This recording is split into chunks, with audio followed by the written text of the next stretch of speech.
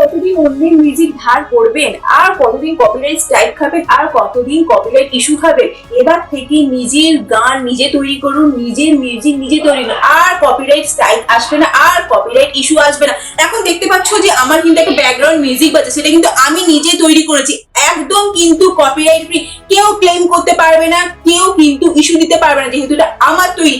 আজকে আমি ভিডিওর মাধ্যমে দেখিয়ে দেবো কিভাবে নিজের গান নিজেই তৈরি করতে পারবে, কিভাবে নিজের মিউজিক নিজেই তৈরি করতে পারবে, আর কিন্তু কপিরাইট ইস্যু আসবে না। এবং তার থেকে কি হবে, তোমার ভিডিওগুলো আরো সুন্দর হবে, আরো আরো নতুন মানুষের কাছে পৌঁছাবে। পুরো ভিডিওটা দেখবে, পুরো ভিডিওটার মধ্যে আমি দেখিয়ে দেবো কিভাবে করতে হয় নিজের ব্যাকগ্রাউন্ড মিউজিক বলো বা অন্যের গান, নিজের গান কিভাবে তৈরি করবে। সবার আগে বলবে ভিডিওটাকে সেভ করে নেবে আর নতুনদের মাঝে একটু ছড়িয়ে দেবে। চলো আমি দেখিয়ে দিচ্ছি। ফার্স্টে চলে এসেছি জেমিনিতে, আমার জেমিনিটা ডাউনলোড করা আছে, তোমরা একটু ডাউনলোড করে নিও। দেখো এখন কিন্তু নতুন ভার্সন এসেছে ক্রিয়েট ইমেজ।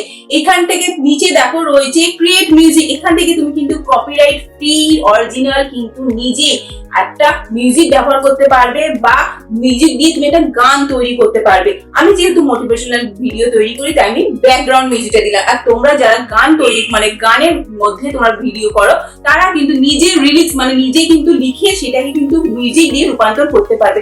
তোমাদের কি করতে হবে, এখানে ডিসক্রাইব করতে হবে, তোমাদের ডিসক্রাইব করতে হবে। আমি যেহেতু মোটিভেশনাল বানাই, সেই জন্য আমি ইনস্ট্রুমেন্টাল নেবো, মোটিভেশনাল ইনস্ট্রুমেন্ট নিলাম। দেখো কিছুক্ষণের পরে কিন্তু এআই কিন্তু আমাকে একটা ইনস্ট্রুমেন্ট বানিয়ে দিল, যেটা একদম কপিরাইট ফ্রি, কেউ ক্লেম করতে পারে, যেহেতু এটা আমি নিজে ওন বানিয়েছি।